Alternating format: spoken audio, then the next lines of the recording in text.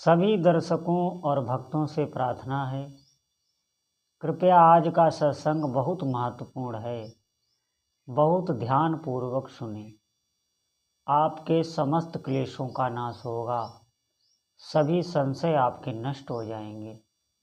सच मानिए, ये जीवन आपका सफल हो जाएगा। बहुत ध्यान पूर्वक आप सुने। बहुत महत्वपूर्ण आज विषय है और निश्चित आपको लाभ होगा। सत्संग सुनने मात्र से लाभ होता है। जैसे व्रत का, तीर्थ सेवन का, जप का, होम का, सबका अलग अलग महत्व है। इसी प्रकार भगवान की कथा का श्रवण, भगवान की लीला का श्रवण, भगवान के गुणों का श्रवण, उनके नामों का श्रवण और सत्संग, इनके सुनने मात्र से पुण्यों का उदय होता है। सुनने मात्र से श्रवण को सबसे पहले रखा गया है। श्रवण बहुत महत्वपूर्ण है। श्रवण आप सिर्फ सुनते रहें। सत्संग सुनने से सत्कर्म बन रहा है। आपका तपोबल बढ़ेगा, आपको भगवान की भक्ति प्राप्त होगी। जो जीवन में आपको चाहिए वो सब मिलने लगेगा। क्यों? क्योंकि श्रवण से, कानों के माध्यम से भगवान के नाम की महिमा, भगवान के रूप की महिमा हमारे हृदय में उतरती है। फिर हमारा चिंतन बनता है, फिर कर्मों में आ जाता है। सत्कार्य हमारे कर्मों में आ जाते हैं। बहुत ध्यानपूर्वक आप सुने। आज का सत्संग बहुत महत्वपूर्ण है। देखिए, अगर आप ज्ञान मार्ग में हैं तो आप समझना भगवान के अलावा, आपके अलावा कोई नहीं है ज्ञान मार्ग में। आप ऐसे भी देखना, अभी आप ये अपनी स्थूल आंखें बंद कीजिए, आप देखना आपको जगत दिखना बंद हो जाता है, लेकिन भीतर वाला चलता रहता है। भीतर जो हमारा अतीन्द्रिय है, जो अंतःकरण है, वो देखना आप चलता रहता है। फिर आप देखना, आप जब सुसुप्ति में होते हैं या आप बिल्कुल गाढ़ बेहोशी में आ जाएं तो देखना सब कुछ खत्म। जब आपका अहम खत्म तो पूरा संसार खत्म। निश्चित मानिए ऐसा ही होता है। जब आप नहीं तो कोई नहीं। ज्ञान मार्ग में इस मैं की अनुभूति होती है। मेरे सिवा कोई नहीं। जो तत्व है, जो प्रभु हैं, जिन्हें तत्व कह दिया गया है भाषा में, ये सब पर्यायवाची हैं। कुछ भी अलग नहीं, सब एक ही है। तो ज्ञान मार्ग में अनुभव होता है कि मैं ही हूँ। जो वो ब्रह्म स्वरूप प्रभु हैं, उनको वो मैं में आ जाते हैं, वो मैं स्वरूप हो जाते हैं। तो वो देखता है मेरे सिवा कोई नहीं। सच मानिए, ये जागना होता है। जैसे आप स्वप्न में हैं, स्वप्न में देखना आप क्या क्या देखते रहते हैं, कहाँ कहाँ जाते हैं, क्या क्या होता है, और उनका सुख दुख भी हमें अनुभव होता है। ये उदाहरण आप समझना। और जब आप जग जाते हैं तो आपको स्वप्नावस्था में हंसी आती है कि देखो मैं मर गया था, पता नहीं कहाँ पहुँच गया था। उन बातों पर फिर आप हंसते क्यों? क्योंकि आप जग चुके हैं। ऐसे ही जो ज्ञान मार्ग में हैं, वो जग जाते हैं। जगना क्या होता है? ये संसार उन्हें मालूम हो जाता है, ये माया है, ये मात्र भगवान का एक खेल है, एक लीला विलास है। उन्हें ये अनुभव में आ जाता है। ये विचार की बात नहीं है, ये अनुभव स्थिति की बात है। विचार से मैं अभी जो कह रहा हूँ वो आप सुन भी रहे हैं। हो सकता है आप उस पर तर्क चिंतन करके उसकी सूक्ष्म जो चिंतन है वो भी पकड़ लें, लेकिन स्थिति अभी नहीं है। ध्यान रखना, स्थिति सिर्फ भजन से आएगी। ये अध्यात्म की जो रहस्य है, ये भजन से अपने हाथ स्वतः आता है। आप बिल्कुल पढ़े लिखे ना हो, बिल्कुल आप स्कूल ना गए हो, आप बिल्कुल मंद बुद्धि क्यों न हो, लेकिन अगर श्रद्धा विश्वास से आप भजन करने लग जाएं तो उल्टा नाम जपा जग जाना, वाल्मीकि भय ब्रह्म समाना। साधना आप करें, भगवान के नामों का जप करें, सब पूरा रहस्य आपके सामने आ जाता है। अब ध्यान से आप सुनना। तभी से हम भगवान से बिछुड़े हैं और उन्हीं से मिलन के लिए ये मनुष्य शरीर मिलता है। और योनियों में आप पूजा पाठ, धर्म, कर्म कुछ भी नहीं कर सकते। वो सिर्फ भोग योनि है और ये भगवान का खेल है। इसमें आप जो भी कर्म करते हैं, उन्हीं कर्मों को भोगने के लिए फिर अगला जन्म, फिर अगला जन्म, यही जन्म मृत्यु अनंत काल से चली आ रही है।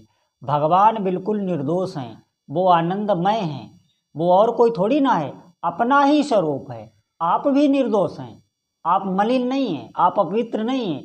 ये धारणा जो आप कर रहे हैं, ये माया से जो लिपटा हुआ जीव है वो कह रहा है कि भगवान तो पवित्र हैं, फिर मैं अपवित्र कैसे, मैं ये उल्टे सीधे कर्म क्यों करने लगता हूँ। क्यों? क्योंकि जब भगवान ने प्रारंभ में जीव की रचना की तो उन्होंने माया की भी तो रचना की। उस माया के आवरण से जीव लिपटा हुआ रहता। आप देखना, हमारा जो स्वरूप है वो बिल्कुल शुद्ध है, चेतन है, परम पवित्र है। यहाँ तक कि वहाँ शब्दों का वर्णन ही नहीं है। वहाँ पवित्र है, अपवित्र है, ये भी नहीं कहा जाता। सच मानिए, वहाँ ये भी नहीं कह सकते आप कि हमारा स्वरूप पवित्र है या अपवित्र है। वो तो सिर्फ चिदानंदमय है, उसका कोई आकार नहीं है, कोई रूप नहीं है। वो सिर्फ वो मय से ही जाना जाता है। आप अपने आप से ही अपने स्वरूप को जानेंगे, कोई माध्यम नहीं है। अभी होता क्या है, हमारा मन, बुद्धि, चित्त जो अनंत काल से हमने जो कर्म किए हैं ना, उन कर्मों से उनका स्वभाव बन जाता है और उस स्वभाव में ही ये मन, बुद्धि, चित्त सब जी रहे होते हैं। इसीलिए हम अपने चिंतन के हिसाब से सोच सकते हैं, हम उस स्वरूप को नहीं पकड़ सकते। इसीलिए मेरा बार बार कहना है, जो हमारे अंदर तत्व है, भगवत तत्व है, जिसे हम स्वरूप कहते हैं या जिसे हम भगवान का अंश कहते हैं, वो भगवान ही हैं, दूसरा कोई नहीं है। इसीलिए कहा गया है, जानत तुम्हें तुम्हें हुई जाए।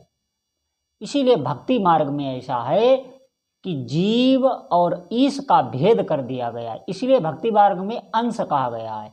अंश इसलिए कहा गया है कि हम उन चिदानंदमय स्वरूप प्रभु का, उनकी सेवा कर सकें, उनके लोक में जाके उनकी सेवा कर सकें, उनकी लीला में हम प्रवेश कर सकें।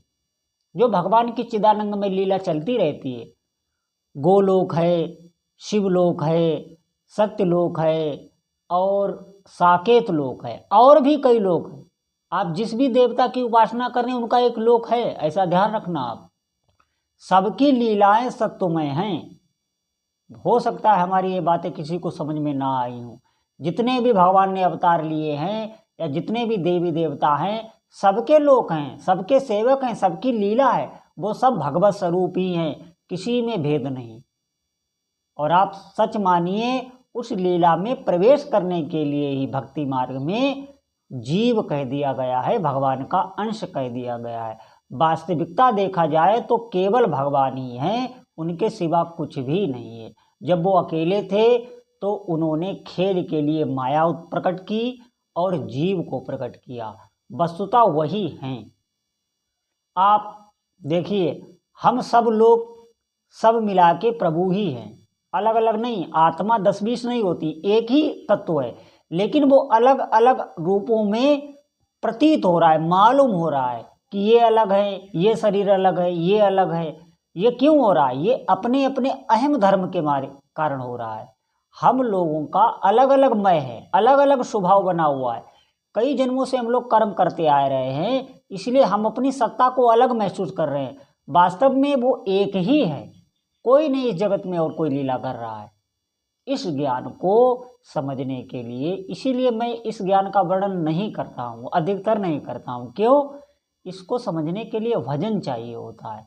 आप नाम जप कीजिए, आपको अपने स्वरूप का अनुभव होने लगेगा। आपको ये पता चलने लगेगा कि हाँ, वो प्रभु ही हैं, उन्हीं की हमारे अंदर लीला हो रही है, वो ऐसी प्रेरणा करें। आपको उनकी सानिध्य का अनुभव होने लगेगा। आप भजन करके तो देखें, कोई भी जगत में ऐसी सिद्धि नहीं है जो नाम जप से ना आ जाए, और इससे कोई सरल साधन नहीं है। इसीलिए इसको बार बार बताया जाता है। आपको तर्क नहीं करना पड़ेगा, आपको सोचना विचारना नहीं पड़ेगा कि भगवान क्या है, हम कब उनसे बिछड़े, मैं अपवित्र क्यों हूँ। नहीं, कोई अपवित्र नहीं है।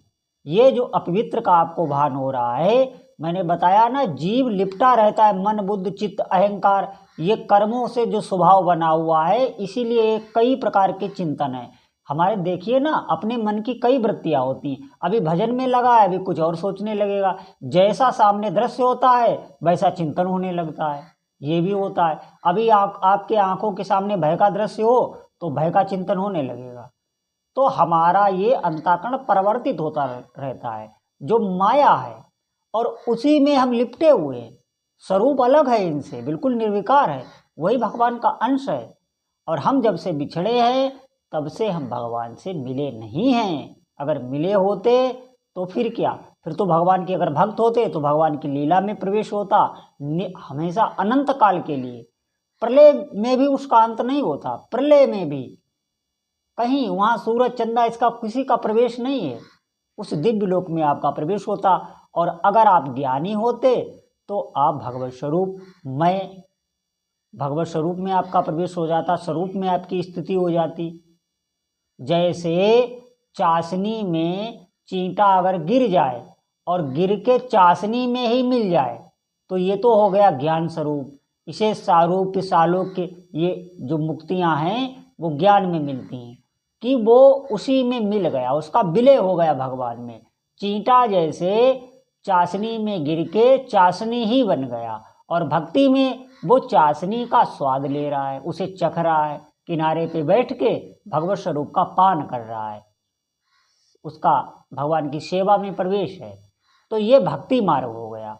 वो मिलना नहीं चाहता, वो सारूप सालोक मुक्ति नहीं चाहता, वो भगवान की सेवा करना चाहता है, उनकी सन्निधि में रहना चाहता है। ये भक्ति मार्ग है। ये भक्ति मार्ग का प्रारंभ नाम जप से ही होता है। तो सभी साधकों से प्रार्थना है कि आप, ये प्रश्न आते तो सभी साधकों के अंदर है, आने भी चाहिए, लेकिन इनका निराकरण ऐसे नहीं हो सकता। इनका निराकरण सिर्फ भजन से होगा। हमारा अंतःकरण कुछ पवित्र तो हो, तब हम इन बातों को ग्रहण कर सकें। और आपको ग्रहण करना ही नहीं पड़ेगा, भजन में इतनी सामर्थ्य है, अपने हाथ सब आता चला जाता है। आप विश्वास तो करें एक बार, आप डट के भजन करें, जप करें भगवान के नाम का, देखिए कैसी अलौकिक सामर्थ्य आप में आने लगती है। बोलो जय जय श्री सीताराम।